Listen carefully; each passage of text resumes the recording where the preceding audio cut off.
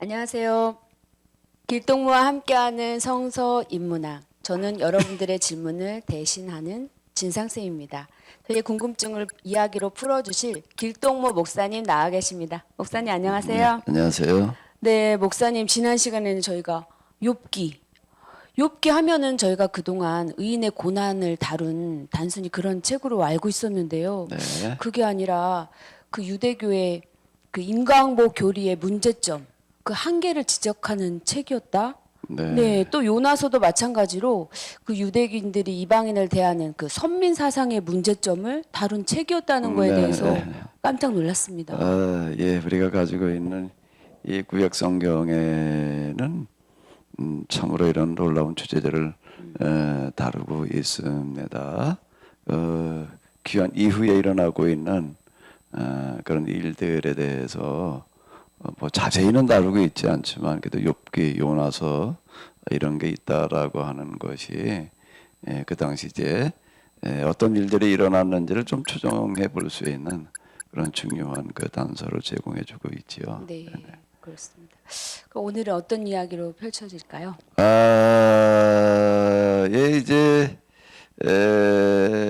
유대교가 이제 거의 막바지에 이르러서 어쨌든 이제 그 헬라 문화와 대처하면서 이제 거기서 살아남았을 뿐만 아니라 이제 이 헤브라이즘을 만들어냈다라고 하는 놀라운 위협을 다뤄놨는데 그 와중에 이제 그 좀 시간이 지나가면서 이제 알렉산더가 등장하는 거가 BC 3세기 300년대거든요. 300년대인데 그 이후 이제 이게 또 1,200년의 시간이 있죠. 1,200년의 시간 동안에 이제 유대교가 그 율법 조항의 한계, 그 욥기에서 지적하는 어떤 이런 거에도 벗어나지를 못하고 결국 이제 또 계약을 위반하는 그런 일이 일어나게 되는데요. 이제 이스라엘 역사를 뭐 거의 다 다루게 됐습니다. 네. 그래서 오늘은 긴 시간이었네요. 이 구약 역사, 옛 구약 공동체 발자취인데 구약 역사 전체를 한번 좀 개괄해보는 전체를요. 예. 전체, 항상 전체라는 거를 잊지 말고 부분으로 들어가야지 되거든요. 그 전체 보기를 좀 한번 해봐야지 될 것 오늘 엄청난 같습니다. 작업을 구약 했네요. 성경 전체가 다루고 있는 거가 뭐냐 네. 라고 하는 걸 좀 한번 다뤄보려고 그러는데요. 일단 구약 성경 처음에 무슨 이야기가 나오고 있죠? 창세기로 예, 시작했죠. 창조 이야기가 나오고 있지요. 이 창세기의 그 창조는 이제 하나님께 만들어온 세상 모든 만물의 이제 위치를 지정해 주는 이제 그런 이야기가 되겠는데 모든 만물의 자기가 존재하는 방식이 다 다르잖아요. 우리가 얘기하는 대로 송충이는 뭐 솔잎을 먹고 뇌는 뽕잎을 먹는다 뭐 그런 이야기. 이제 뭐 태양이 낮을 주관하고 다른 밤을 주관하고 뭐 그런 건데 그걸 우리는 자연법이라고 이제 이렇게 부르게 되는데요.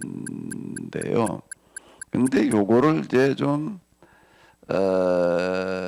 자연법이라고 하는 그런 이름은 이제 하나님을 믿지 않는 사람들, 창조주를 모르는 분들은 뭐 부를 방법이 없으니까 이게 우리가 보이는 이 세계를 자연이라고 부르니까 자연 속에 법이 있다. 자연을 지배하는 법이 있다. 그냥 이제 이런 얘기가 되는 거거든요. 그런데 이제 자연 속에 법이 있다는 그 말 자체는 우연히 생긴 게 아니라는 얘기거든요. 우연히 생기면은 법이라는 얘기는 그 질서를 말하는 거고 그 질서는 그것도 조화를 이루게 되어져 있는데 그 무법천지 그게 이제 그런 경우가 이제 생길 수 있잖아요. 미국에도 흑인 폭동이라든지 이렇게 되면 무법천지가 되는데 이제 법이 무시게 되는 거예요. 이제 그럼 법은 그 질서를 이제 얘기하는 거고 제가 요거 다른 이름으로는 뭐라고 부르는가 하면 율법이라고 부릅니다. 그런가요? 성경에서는 이 자연법을 율법이라고 부르는 그렇게 연관이 있나요? 그 창세기를 율법서라고 불러요. 창세기 그 율법 그러면 우리는 그냥 이스라엘 사람들에게 주어진 네. 어떤 그 법 그거로만 자꾸 이제 이렇게 축소시켜 가지고 생각을 할 네, 수가 그렇죠. 있는데 창세기를 율법서라고 부른다는 얘기는 창세기는 자연법을 다루고 있는 거거든요.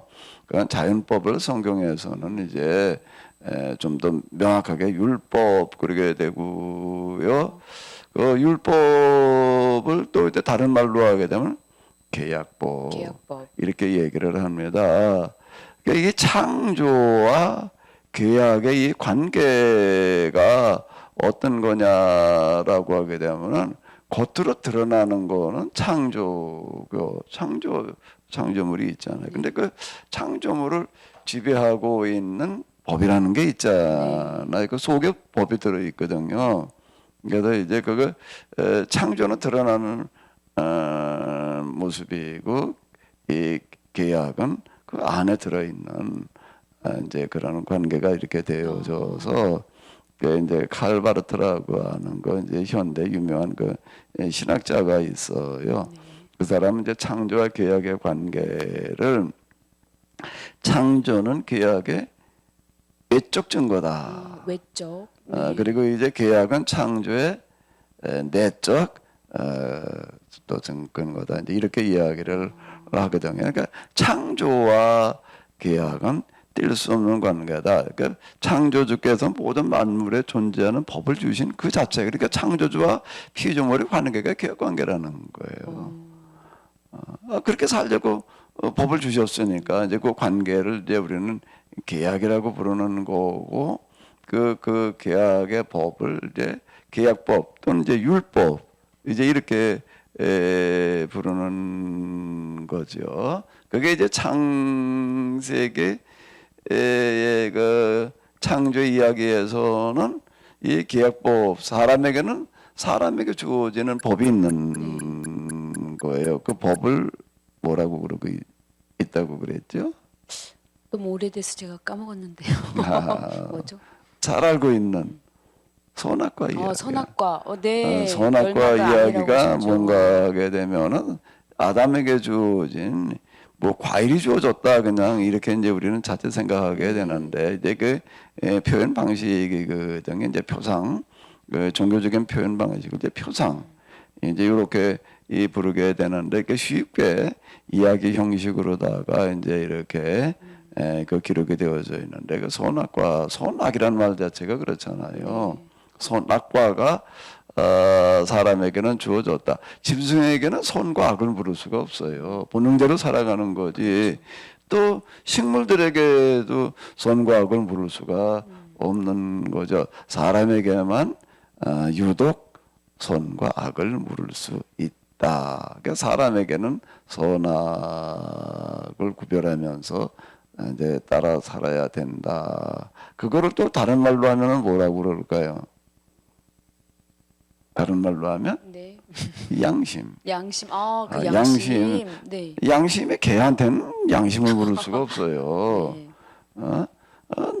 남나풀한테 양심이 어쩌고 저쩌고 이렇게 얘기할 수가 없는 거죠. 사람에게만 이 양심이라고 하는 이제 이런 거를 물을 수가 있는 건데 이제 이걸 얘기를 하는 거죠. 그 창세기에서 얘기하는 것들은 바로 이제 이런 부분이 되겠습니다. 그거를 이제 일반인들은 자연법 이렇게 부르는 거고 이제 성경에서는 그거를 계약법 또는 율법 이렇게 부르는 거예요. 그런데 이제 아담은 꼭 사람을 말하는 네, 거거든요. 사람이 이제 계약법대로 살지 못한다. 그 아담이라는 단어의 뜻이 사람을 말하는 거예요. 그건 이제 최초 인간을 부르는 이름이기도 하면서 이제 또 보통 명사 이제 사람 고유명사이면서 보통 명사예요. 그러니까 사람이 지금 이제 아담이 선악과를 먹었다는 건 사람들이 근데 이 계약법대로 살지를 못하고 있다라고 하는 현재 인간의 이 실존을 또 그리고 그 근본을 얘기해주는 어떤 이제 그런 이야기가 이렇게 되겠는데요. 이제 계약을 어겨가지고 계약법을 어겨가지고 이제 이렇게 인간이 본래 하나님께서 만들어 놓으실 모습과는 전혀 다른 어떤 그런 이제 이 죄의 지배를 받을 수밖에 없는 그런 인간으로 전락을 했거든요. 그 이제 아담에게 주어지는 형벌이 뭔가라고 하게 되면 내가 계약법을 어겼기 때문에 선악과를 먹었기 때문에 땅은 이제 온건키를 너에게 이제 이렇게 내리라. 그러니까 너는 이제 먹고 살기 위해서 무진해를 써야 된다. 뭐 이제 그런 이게 먹고 사는 문제를 이제 그 동안에는 자연 만물이 그 먹고 사는 문제를 이제 해결해 주었고, 그 아담은 하나님께서 만들어 놓으신 그 피조물들을 맡아서 관리하는. 네. 그래서 창조의 본래 목적대로 더 이제 완성되어져 나가도록 하는 그런 역할을 하는 거가 이제 인간의 역할이었는데, 이 계약법을 어기름으로 말미암아 이제 아담이 이 창조 세계, 자연의 세계를 관리하고 다스리는 게 아니라 오히려 이제 창조 세계의 자연 만물과 관계가 이제 이렇게 단절이 되어져 네. 가지고 여기 이제 지배를 받아야 되는 지배를 받고. 그런 이제 비참한 신세가 이렇게 된 거죠. 그걸 우리는 이제 성경에서 뭐라고 부르냐면 이제 타락 또는 원죄, 네. 이제 이렇게 부르고 있는 거예요. 인간의 실존을 이제 표현해 주는 그런 단어들이 되는 거예요. 현재 우리가 지금 이렇게 되어져 있다, 이걸 얘기를 하는 건데, 근데 성경은 여기까지만 얘기하고 있는 게 아니라 그 다음에 이제 그런 인간은 그럼 하나님께서는 또 구원하시는 길을 또 이제 제시해주고 네. 있거든요. 계약을 먹여가지고 타락해서 지금 이게 다 죽음에 이를 수밖에 없는데 본래의 모습으로 회복하는 길을 또 이제 제시해 주셨다. 이제 그게 성경이에요. 네. 성경 이제 그 구원의 길을 얘기해 주는 그런 책이 되겠는데, 그게 어떤 방식인가 하면은 어떤 방식으로 하나님께서는 이걸 구원하셔야 될까요? 일단 제 원인이 사람이 계약법 지키지를 않았거든요. 이제 양심이 아주 다 없어진 건 아니고 이제 양심이 남아 있기는 하지만 양심대로 살 수 있는 능력을 상실해 버리는 거예요. 사람마다 다 자기 양심대로 다 살 수 있는 사람은 없거든요. 정도의 차이의 문제일 뿐이지요. 사람의 계약법을 어겼기 때문에 이제 구원을 받으려면은 어떻게 해야 되는 걸까요? 계약을 다시 지켜야 되는. 예. 사람의 양심이 다 이제 좀 흐려지기는 했지만 그래도 양심대로 이 계약법대로 살아야 된다라고 이렇게 이제 생각하는 사람들이 있게 마련이에요. 이제 그 사람들을 이제 모아가지고 하나님께서 강제력을 동원하시는 게 아니라, 야, 이게 우리가 계약법대로 살아야 돼 이렇게 생각하는 사람을 불러가지고 이제 그 사람들과 계약을 체결하시는 네. 거예요. 근데 하나님 말씀대로 양심대로 살기를 정말로 간절히 원했던 사람이 있는데, 그 사람이 누군가 하면은 누구였죠? 아브라함이요? 예, 아브라함. 아브라함. 아브라함 이렇게 얘기를 하는 거는 바로 이제 그런 뜻이에요. 아브라함을 하나님께서 부르셔서 그 아브라함이 이제 이삭을 낳고, 이삭은 야곱을 낳고, 야곱은 12아들을 낳고, 뭐 이렇게 얘기를 하는 거는 물론 생물학적인 탄생도 물론 얘기를 하는 거지만은 생물학적인 출생만을 말하는 것이 아니라 이 계약법대로 살기를 간절히 원하는 마음을 이어가는 계보를 말하는 거예요. 야곱의 아들의 12에 이르러 가지고서 이제 비로소 이제 공동체가 형성이 되는 거죠. 그 아브라함의 후손, 특히 이제 야곱의 나중에 이름이 이제 바뀌어지지요. 뭘로 바뀌어지나요? 이스라엘로 네, 바뀌잖아요. 그 이스라엘이라는 이름이 뭔가라고 하게 되면 하나님과 이제 계약을 체결하는 그런 이제 공동체의 이름이에요. 이 사람들과 이제 계약을 체결을 하시고, 이제 그 사람들로 하여금 이제 세상 구원의 역할을 하게 하시는 거예요. 이제 하나님을 믿는다는 게 뭔지, 하나님 믿는다는 게 또 어떻게 살아야 되는지를 이제 보여주는 그런 삶의 역할을 내가 해라. 이제 좀 그래 그걸 거룩하게 살아라 이런 뜻이거든요. 거룩하게 살아라는 얘기는 조금 더 구체적으로 얘기를 하면 뭐라고 그랬죠? 그때 신분, 빈부, 지위, 빈부의 격차가 없는. 신분이나 지위나 빈부의 격차가 없는 누구나 골고루 행복하게 네. 못 사는 삶이 아니라 행복하게 잘 사는. 여기서 잘 사는이라고 하는 거는 경제적으로도 잘 사는 걸 네. 말하는 거예요. 사람이 경제적인 어려움도 정신만 가지고 행복하다라고 얘기한다는 건 굉장히 어려울 수 있어요. 이제 이걸 이제 이 신해산 계약법 이렇게 네, 이제 신해산. 신해산에 계약을 맺었다 그래가지고 신해산 계약법 그렇게 얘기를 하는 거거든요. 이 계약법 전승을 이어가는 사람들을 이 있어요. 그 사람들 뭐라고 부르죠? 예언전통. 또 이제 선지자.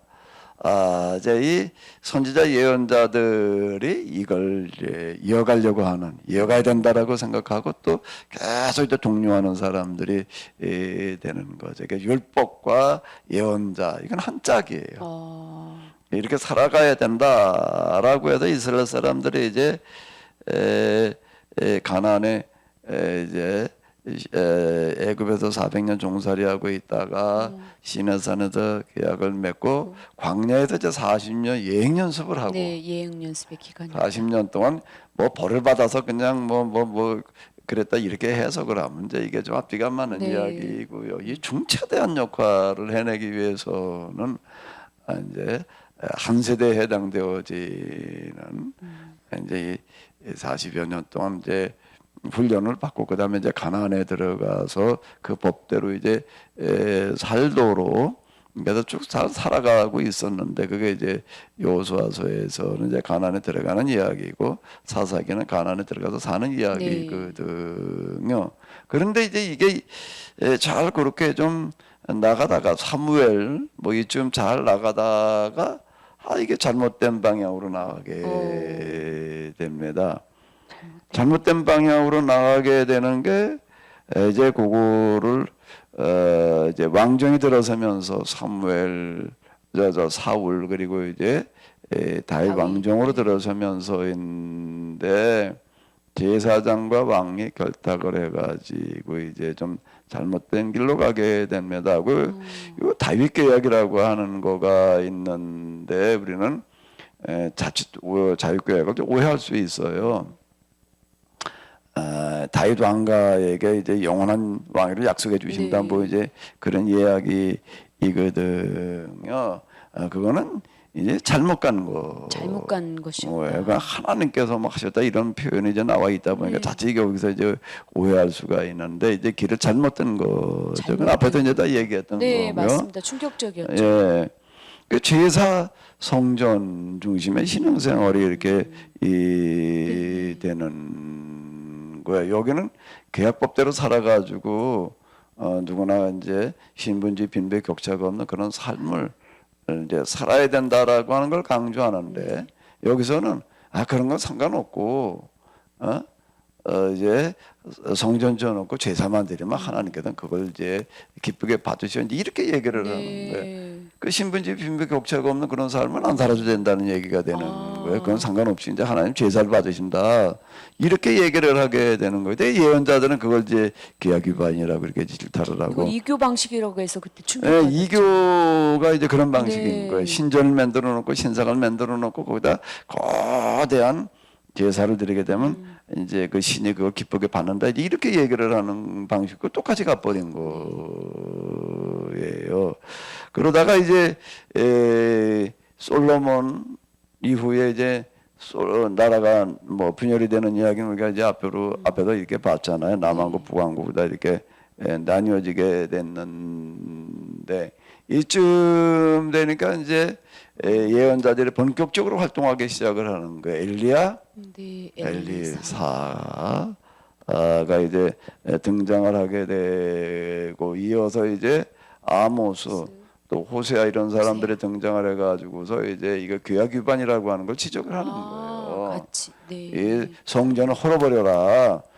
하나님은 성전에 제사를 원하시는 분이 아니시다. 이제 아모스가 뭐라고 그랬냐면 유명한 말이 뭐였는가 하면 베델에 가도 죄를 지어라 길갈에 가도 더 큰 죄를 지어라. 그럼 베델이 뭔가 하면은 북왕국에서 이제 분열왕국 시대니까 이제 그건 제일 큰 이제 그런 성전이 있었던 거고 또 길갈은 또 이제 지방 성소에 베델에 가서 제사 드리고 또 그 다음에 길갈에 가서 또 제사 드리고 이렇게 그냥 겉으로 보기에 하나님을 잘 섬기는 것 같이 보였거든요. 그런데 그건 하나님 앞에 범죄는 행위다. 이제 이렇게 이제 질타를 했던 거죠. 그러니까 빨리 이 성전을 헐어버리고 제사 지내는 것을 멈추고 계약법으로 돌아가지 않으면 하나님께서 틀림없이 이제 아주 강팍한 사람들을 보내가지고 성전도 헐어버리고 더 이상 제사를 못 지내게 이제 성전도 헐어버리고 그 다음에 그걸로만 끝나지 아니하고 이제 많은 사람들을 이제 죽이고 그 나머지 사람들은 이제 포로로 끌고 간다. 그러니까 다시 너희가 이제 애굽의 종살이 돌아갈 수밖에 없게 된다. 이제 이렇게 이제 예고를 했어요. 미리 경고를 한 거.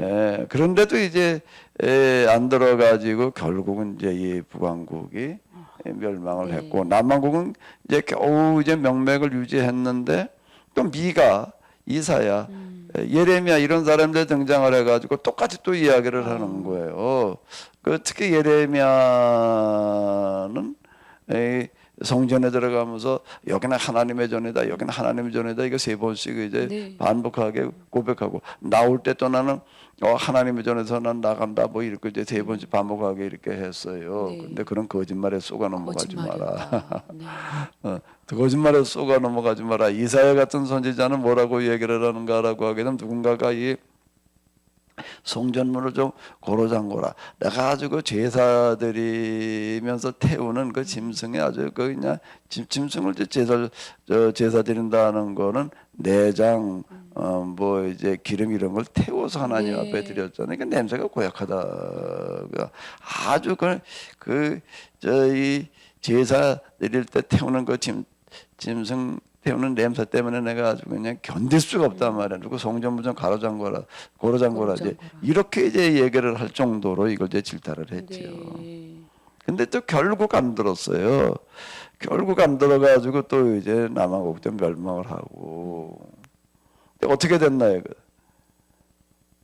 다시 이제 또 이제 어디로 가나 하게 되면 이제 포로기로 간 거. 그 포로기로 갔다 하는 거는 이제 이 신해산 계획 맺기 이전에 이스라엘 사람들이 애굽에서 종살이 400년을 했었거든요. 다시 또 이제 노예살이로 돌아가는 걸 말하는 거예요. 포로기로 돌아갔을 때 이제 이 포로기 예언자들 이제 활동을 해요. 그 사람들을 이제 또 다른 말로 하게 되면 신명기 신학자 역사가 뭐 이제 이렇게 얘기를 하는데 이 사람들이 이제 그들의 그 역사를 다시 해석을 해주게 되죠. 주로 이 사람들은 무슨 역할을 했지요? 어떤 질문에 대답들을 해줬나요? 우리가 이렇게 신앙생활을 열심히 했는데 왜 이렇게 망하게 됐는가에 대한 그 질문을 대답해 줬죠. 왜 망했다라고 계약을 지키지 않아서. 이 계약법을 지키지 못한 거다. 그러니까 이스라엘 사람들이 성전에 가서 제사만 열심히 지내면 된다고 이제 제사장들이 이렇게 말을 하니까 그 제사장과 왕들이 이제 결탁을 한 거예요. 결탁을 해서 그렇게 그랬고 그런 줄 알았거든요, 백성들이. 근데 이제 망하고 나니까 비로소 이제 이게 아니었구나 이제 이렇게 된 거거든요. 그래가지고 우리가 계약법을 어겨가지고 이렇게 된 거구나 이제 이렇게 알게 됐고 그 다음에는요 또 하나 질문이 뭐였을까요?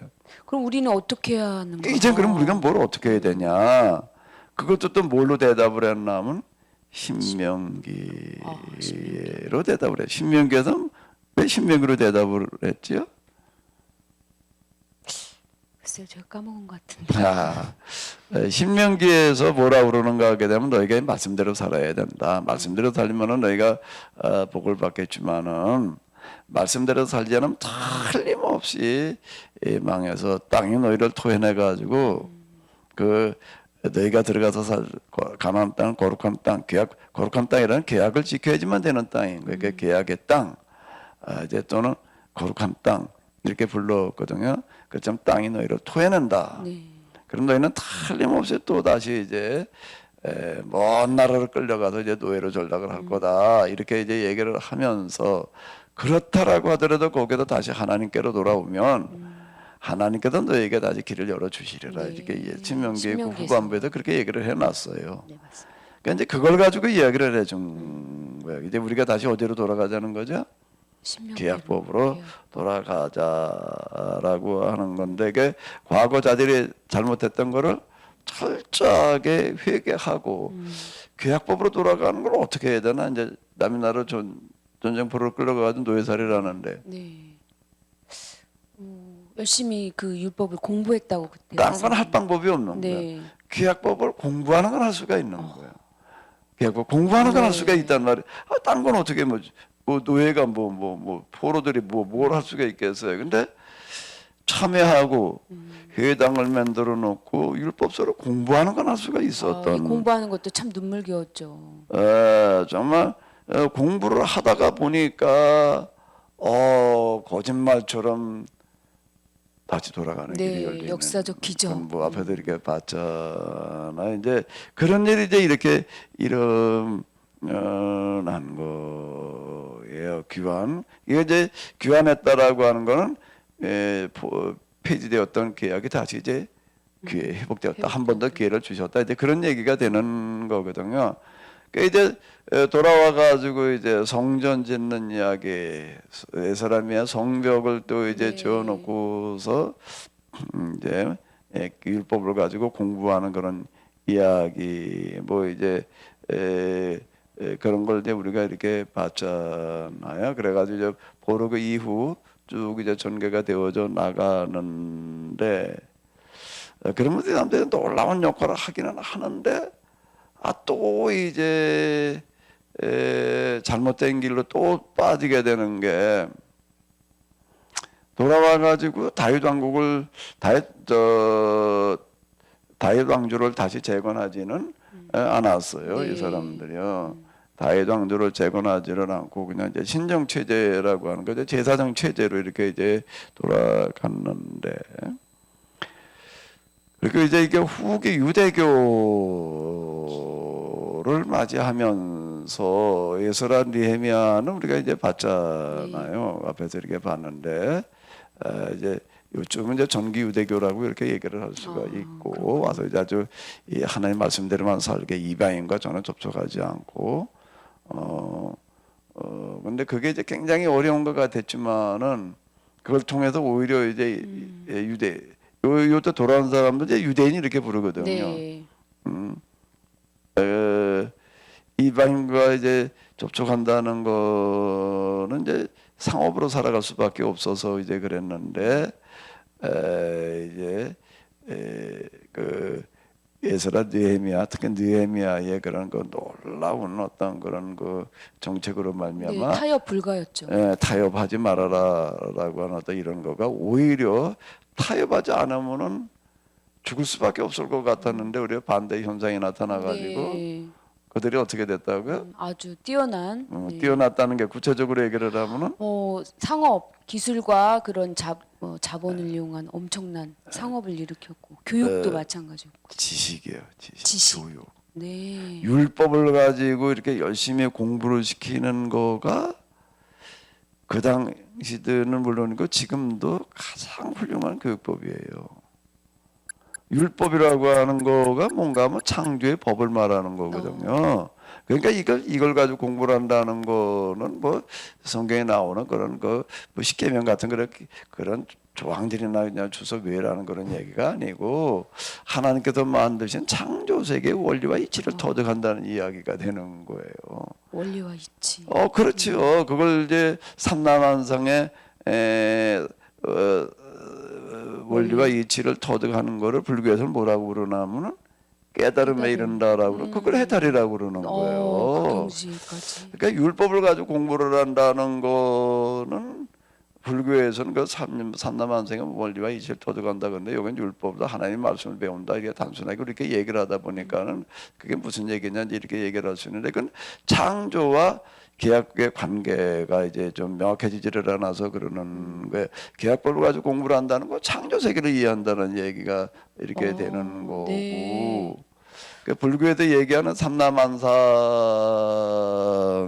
그냥 보이는 물질의 세계, 또 보이지 않는 이제 생각의 세계 여기까지인데, 계약법을 가지고 공부를 하게 되면은 그와 더불어 가지고 하나님까지 이해를 하는 차원으로 올라가기 때문에 종교적인 차원이에요. 그러니까 이제 불교에서 다루는 거는 철학적인 차원이고, 네.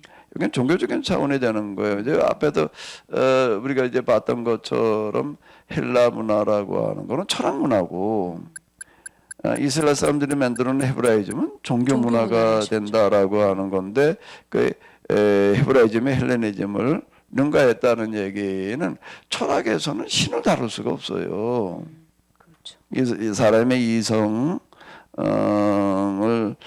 이제 기초로 해가지고 다뤄나가기 때문에 관념의 세계까지는 다룰 수가 있는데 하나님의 세계까지는 다룰 수가 없는 거예요. 그런데 이제 이 율법이라고 하는 거는 철학에서 관심을 가지는 만물 관념의 세계는 물론이고 포함해서요. 하나님의 세계까지를 하나님의 다루니까 이제 이건 또 넓어질 수밖에 없는 거죠. 그 예루살렘이 헬라 철학만 가지고 그렇게 전전긍긍하고 있는 최고의 도시가 알렉산드리아라는 데였거든요. 알렉산더 이름을 따가지고 네. 지은 그런 도시 이집트에 있었는데 그거에 그 당시 이제 이 헬라 세계에도 최고의 교육 도시다.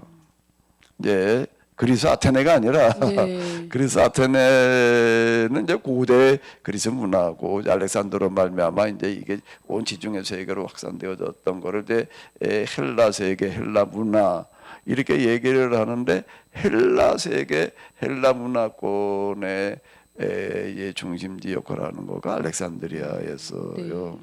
알렉산드리아 여기가 이제 최고의 교육 도시였는데 이스라엘 사람들이 귀환해 가지고서 지금 여기서 느헤미야 이후에 율법 위주로다가 이렇게 나가다 보니까는 이걸 능가하는 거예요.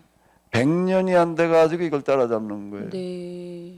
100년이 안 돼 가지고 알렉산드리아를 능가하는 그런 놀라운 일들이 일어났다라고 하는 거 우리가 앞에서 이렇게 봤던 어떤 이런 거 여기 율법이라고 하는 거가 굉장히 중요합니다. 율법을 이제 바르게 알아보니까 그 교육의 결과는 당연한 거였네요. 그렇지요. 예, 율법 그러면 우리는 그냥 이스라엘 사람들이 지키던 무슨 조항 정도, 근데 유대교 율법을 얘기를 하는 건데 우리가 그걸 자꾸 오해해가지고 이제 율법 우리가 자꾸 좀 이제 배제하려고 이렇게 생각을 하는데 이건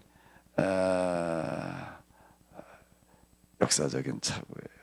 역사 흐름을 모르다 보니까는 이제 그런 비극적인 일들이 지금 일어나는 거거든요. 그러니까 전체 보기가 안 되다 보니까 이제 그렇게 되는 건데요. 이제 뭐 역대기라고 하는 이제 거가 이제 또 등장을 하게 되고 이제 포로기에는 신명기 역사서가 등장을 했는데 유대교 역사서가 이제 등장을 하고 그 다음에 이제 바리새인들이 등장을 해가지고 헬라 문화에 대처를 하고 뭐 놀라운 역할을 이제 하기는 했는데 이게 또 이제 한계에 빠지게 되죠. 그걸 이제 지적해준 책이 아까 이제 소재 얘기했던 욥기하고 요나서. 욥기 요나서라고 하는 거예요. 이제 헬라 문화에 대처해서 살아남았을 뿐만 아니라 능가하는 헤브라이즘을 만들어내는 데까지는 성공을 했는데 그 다음이 문제인 거예요. 그냥 모든 사람이 다 그냥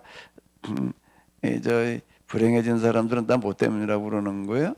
죄질려가지고 그렇게 된 거야 식으로 이렇게 하다 보니까 그 인간고교라는 거가 이제 아주 좀 이제 고약한 역할을 하게 돼가지고 이제 유대인들이 여기에서 이제 또 멸망을 하고 이제 그렇게 되는데요.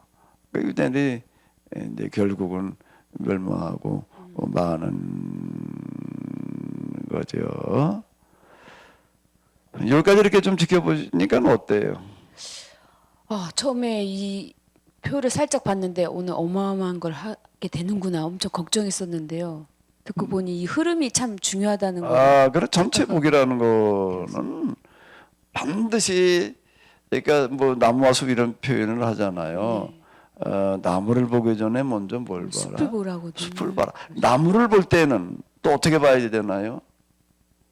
숲을 염두에 두면서 나무를 같이 봐야 봐야 되는 거예요. 네. 나무를 보기 전에 숲을 보고 그냥 잊어버리면 안 되고, 아, 이 전체라고 하는 숲 속에서 지금 나무가 뭐 여러 나무가 있잖아요. 한 나무만 있는 게 아니고 여러 나무들이 있는데 전체 숲 속에서 요 나무는 위치가 어디인가, 무슨 역할을 하는가, 전체를 염두에 두면서 나무를 봐야 되는 거거든요. 전체 속에도 부분을 봐야지 되는 거예요. 근데 지금 우리가 이게 안 되는 거예요. 이게 안 되는데 이렇게 지금 그려놓고 보니까 네. 여기 지금 초록색이 있고 또 보라색이 네, 있잖아요. 이제 이걸 가지고 제가 뭐라고 얘기를 하려고 그런가 하면 구약 성경과 이스라엘 역사에는 두 흐름이 있다는 거예요. 두 흐름이네요. 지금. 그러니까 율법서, 창조율법서, 신명기에서 이제 그걸 대해석을 해주는 거고, 그걸 이제 예언서로 넘어가서 신해산 계약, 그러니까 이제 신분지 빈부의 격차가 없는 거룩한 삶을 살아라. 그게 이제 복음서로 이제 이어지게 되지요. 그게. 근데 또 하나는 이제 율법서에도 출발을 하는데 신명기의 재해석으로 가지를 않고 출애굽기 레위기를 보게 되면은 이스라엘 사람들이 출애굽한 다음에 하나님과 계약을 맺고 나서 이제 열심히 이제 뭘 성막을 네. 만드는 이야기가 길게 나와요. 그리고 이제 제사 드리는 이야기, 특히 레위기로 넘어가게 되면 그건 뭐 제사법이 아주 길게 다루어져 있거든요. 이제 출애굽기에서는 성막, 그 레위기는 제사, 이제 성막을 만들어 놓고 제사 지내는 어떤 이런 거 위주로다가 이제 생각을 하게 되거든요. 이거 위주로 이제 신앙생활을 하게 되면은 성전 지어놓고 제사 지내면 된다 이렇게 가는 거예요. 근데 이제 모세는 신명기에는 뭐라고 그랬는가 하게 되면 이제 너희가 가나안에 들어가서는 그건 출애굽기와 레위기는 광야에서 이제 예행 연습할 때 이제 썼던 어떤 그런 말씀이고, 가나안에 들어가서는 출애굽기 레위기대로 성전 지어놓고 제사 지내면 되겠다고 그러지 말고. 내가 지금 너에게 다시 해석해 주는 대로 해라. 성막과 제사가 의미하는 의미, 정신. 네. 위주로 다 살아가야 되는데 그게 이제 뭐였나 하게 되면은 뭐 중심의 신앙생활이었죠. 절기 중심이라고 하셨죠. 절기하고 또 하나는요. 만물 11조. 성소 중심으로 이제 이렇게 11조, 그리고 이제 이 안식년. 이런 걸 이제 지키는 거 위주로다가 이렇게 살아가라고 이제 얘기를 해 줬어요. 여기 신명기에서는 안식년은 그냥 쉬는 애가 아니라 이제 면제년이다. 이제 이렇게 해석을 하는 거거든요. 절기라고 하는 건 뭐 유월절, 초막절, 가장 가난한 자들, 집 없는 사람들의 그런 그 경험을 아이들에게 시키면서 우리가 해야 될 일이 세상에 나가가지고서 이게 먹는 문제라든지 주택 문제라든지 이런 거를 해결해 주는 거다. 그리고 이제 이 또 성소 11조 이런 것들은 뭘 말하는가 하면 먹는 문제 이런 걸 해결해 주는 거다라고 하는 걸 이제 얘기해 주는 거거든요. 그거 위주로다가 그러니까 신분, 지위, 빈부의 격차가 없는 삶을 살아야 된다라고 얘기를 하는 건데, 이제 요게 살짝 이제 바꿔놔가지고서 성경에 봐 이렇게 속만 만드는 이야기가 그냥 길게 나오고 있잖아. 착으로 만들었잖아. 그리고 레위기에 봐 무슨 제사 이게 제사들이라고 그랬잖아. 그러니까 우린 이 말씀대로 해야 돼. 성경 가지고 얘기를 하기는 똑같이 성경 가지고 얘기를 하는데 성경 어딜 가지고 얘기하느냐가 중요한 거예요. 출애굽기 레위기는 그건 이제 처음에 맺었던 계약이고 그걸 또 계약을 갱신했잖아요. 신명기라는 그런 데에서. 그러면 첫 번째 계약이 있고 계약이 갱신된 게 있으면 어느 걸 지켜야지 돼요. 당연히 갱신된 거죠. 그래야 되는데 이걸 첫 계약으로다가 이제 신해산에 맺은 계약으로다가 이게 지켜야 된다고 이렇게 이제 얘기를 해도 이게 잘못 가는 거예요. 그걸 강조하는 거를 이제 다윗 계약이라고 그러는 거고. 그래서 그 이후 성전 제사, 그 제사 의식 위주로다가 가는 거고요.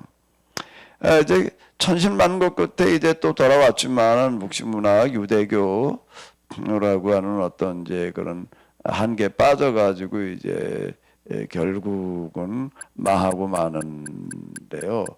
구약 성경에 이와 같이 두 흐름이 있다라고 하는 걸 보는 거가 중요하겠습니다. 네, 그렇군요.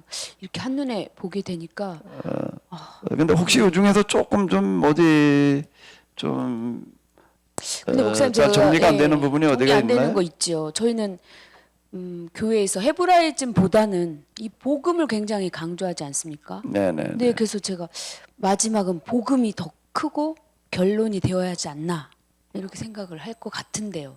제 생각은 아닙니다만 대변. 아니 그래야 돼요. 그게 맞는 얘기인데요. 복음이라고 하는 거에 대한 개념이 문제예요. 어, 복음이라고 하는 거에 대한 개념이 이제 신약 성경으로 넘어가서 우리가 또 살펴보겠지만은 이제 그 동안은 율법과 복음을 대비를 시켜 놓는 거예요. 네, 그렇죠. 그러니까 율법 가지고서는 안 되고 복음해야 된다는 복음해야 식으로다가 이제 얘기를 한 거거든요. 근데 예수님께서 나는 율법이나 선지자를 폐하러 온 거야 아니라 완성시키러 네, 왔다 네. 이렇게 말씀하셨단 말이에요. 이게 복음이라고 하는 거는 율법과 예언서 예언 전통이라고 하는 거는 계약법대로 살아야 된다는 걸 얘기를 그렇죠. 하는 거를 네. 완성시키러 왔다. 이기 때문에 복음은 율법과 예언서에 완성해야지 되는 거예요. 그렇군요. 단순히 예수님께서 십자가에 돌아가셔서 우리를 구원한 그 복음의 그런데 한계를 치면 안 된다. 그런데 이제 율법과 복음을 대비시키는 사람도 복음이 율법과 예언의 완성이라고 말을 하기는 말은 하죠. 해요. 성경에 있으니까요. 그런데 그걸 어떻게 얘기를 하는가라고 하게 되면은 율법과 예언서는 메시아이신 예수님께서 오셔서 세상 모든 사람들의 죄를 대신 짊어지시고 죽으셔서 이제 모선들의 죄를 용서해 주시고 구원해 주신다. 그래서 율법과 예언서는 예수님이 오신다라고 하는 거, 십자가에 죽으신다라고 하는 거, 그러므로 말미암아 십자가에 죽으심으로 말미암아 우리를 구원해 주신다라고 하는 것을 예고해 놓았다. 그 예고한 대로 되어졌다라고 해서 완성이라고 이렇게 이해를 네, 하는 그렇게 거예요. 알고 있죠. 그런데 이 지금 이제 그거가 이제 지금 그거는 이 아래쪽에 해당되어지는 얘기가 되는 거고 그럼 그렇게 가게 잘못 간 되면은요 여기서는 율법과 예언서를 완성시키러 오셨다라고 하는 거는 거룩한 나라를 여기서 얘기할 때 예수님으로 말미암아 죄 용서받고 구원받는다는 건 죽은 다음에 하나님 나라 가서 구원받는다 이렇게 얘기를 끌고 나가는 네. 거예요. 근데 유대교의 구원론하고 이제 아주 이제 유사해. 유대교하고요. 네. 저 여기도 이제 메시아가 이제 다시 오면 우리 아주 뭐 다 해결해 오신다 이제 이렇게 이제 메시아 때 기다리기만 하면 되는 거고. 근데 여기서는 어떻게 하는가라고 하게 되면은 율법과 예언서에서는 단순히 메시아가 오신다는 걸 예언한다라고 하는 데다가 초점을 맞추는 게 아니라 예언하셨다라고 하는 거를 거부하는 건 아니지만은 거룩한 나라, 즉 신분지 빈부의 격차가 없는 그런 거룩한 나라를 우리가 실현해야 된다는 데다 초점을 맞추는 거고, 근데 이스라엘 사람들이 그걸 이제 실패를 했단 말이에요. 그 실패한 이스라엘 나라를 완성시키러 오신다. 그 완성시키러 오시는 그 나라를 뭐라고 그러는가 하면 하나님 나라라고 부르는 거예요. 이게 하나님 나라가 죽은 다음에 가는 하나님 나라가 아니라 가는 하나님 나라가 예수님께서 하나님 나라 이 땅에 임하게 하러 오시는 거예요. 임하게 하러 오시는 게 천국에 가까이 왔다라고 얘기를 하시는 거거든요. 그리고 주기도문에서 또 뭐라고 얘기를 하고 있죠? 나라의 임하오시며라고 얘기를 하죠. 그러니까 이게 이쪽에서는 어떻게 얘기를 하는가 하면 하나님 나라를 구원을 죽은 다음에 이루어지는 걸로 얘기를 하는 거고, 이건 여기서 우리가 지금 하나님 나라가 임하게 해야 되는 거룩한 나라, 그리고 그걸 완성시키는 완성적인 개념의 하나님 나라를 임하게 하는 구원을 말하는 거예요. 그러면 이게 전혀 대조적이에요. 아주 비슷한 것 같은데 용어는 다 들어있거든요. 네, 다 그런데 들어있고요. 이게 전혀 근거도 딴 얘기가 성경이고요. 되는 거예요. 그 부분이요. 이렇게 전혀 다른 두 흐름이 있다는 거에 대해서 충격이 나요. 지금 이제 진상 쌤이 질문한 거가 바로 이제 그 중요한 하나의 그 핵심이 되는 그리고 거죠. 현재 기독교 우리가 가고 있는 길은 이 보라색 길이 되겠네요. 그건 이제 또 교회사로 넘어와서 이제 다시 봐야 될 일인데 이제 처음부터 잘못 가지는 않아요. 잘 가다가 이제 중간에 빗나가요. 그러네요, 여기도 지금 지금도. 처음부터 잘못 간 건 아니고 네. 여기까지 왔다가 이제 여기 예언 전통을 이어가는 데까 이렇게 이스라엘 사람들 가나안에 들어가서 이제 사사기를 보내는 데까지는 바른 길로 가다가 그 다음에 이제 사울 그리고 특히 다윗에 이르러 가지고 잘못된 길로 들어가는 특히 거예요. 우리는 충격적이다. 다윗을 그 동안은 어떻게 알고 있었죠? 아주 신앙의 모델로 정통. 예. 본받을 자로. 그게 이제 유대인들의 생각이에요. 그거는. 유대인들. 유대인들은 그렇게 생각을 하는 거예요. 유대인들은 메시아 그럼 다윗의 후손 메시아를 이제 중요시하고 그래가지고 이제 다윗의 메시아가 오면 우리를 이제 전 세계를 지배하는 그런 이제 나라를 만들 거야. 이제 이렇게 생각하는 거예요. 그 유대인들은 다윗이야말로 그냥 아주 신앙의 최고의 모델이야 이렇게 생각을 하는 사람들이거든요. 그럼 우리는 그렇게 얘기를 하게 되면은 다윗의 신앙의 모델이 그럼 이제 유대교인이야 우리는. 그렇게 그리스도인이 유대교를 아니에요. 비난하면서 유대교인의 길을 가고 있네요. 그게 이제 무슨 얘기를 하는지 모르는 거예요. 예수님께서도 이제 그 누가복음에 의하게 되면 메시아가 어떻게 다윗의 후손이 되겠느냐라는 걸 아주 직접 얘기를 하셨거든요. 다윗이 메시아를 내 주님이라고 불렀는데 그런데 어떻게 메시아가 다윗의 후손이 되느냐? 다윗의 주님이지.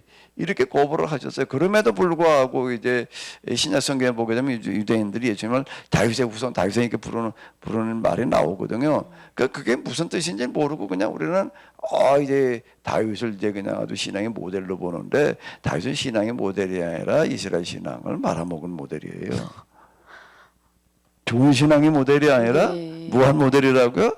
이스라엘 신앙을 말아먹은 모델이고 이 사람들은 지금도 다윗의 그 벼를 국기로 만들어 가지고 그러고 있는 거거든요. 그러니까 유대교와 기독교는 전혀 다른데 여기 이제 유대주의고 여기는 크리스찬이즘, 그 헤브라이즘 이렇게 역사적인 용어로 그렇게 얘기를 할 수가 있는데요.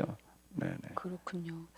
오늘 이 흐름을 전체적으로 살펴보니까 굉장히 유식해진 기분과 함께 뭔가 바른 것을 알게 되었다. 이 전체가 조금 보이시나요 이제? 숲을 좀 보게 된 것 같습니다. 이게 중요한 거예요. 전체를 보는 거는 중요한 거고 이제 이걸 기초로 해서 이제 신약 성경이 시작되고 있는 거거든요. 그렇군요. 네네. 그럼 우리 흐름 다 살펴봤으니까 끝난 건가요, 목사님? 그런데 이 흐름을 보는 게 이게 쉽지를 않습니다. 이렇게 봤다고 해가지고서 이게 전체가 보였다라고 얘기하기 어려워서요. 조금 다 각도로 조금 바꿔가지고 그래가지고 조금 다시 한번 또 아마 조명을 해봐야 되지 않을까 싶어요. 워낙 중요하기 때문에. 워낙 중요하니까요. 네, 그럼 다음 시간에도 또 흐름을 또 다시 한번 또 이제 다른 각도에서 좀 다른 보도록 각도로, 하겠습니다. 네, 기대해 보겠습니다, 목사님. 오늘 네네. 이야기 여기까지 감사합니다. 네, 수고하셨습니다.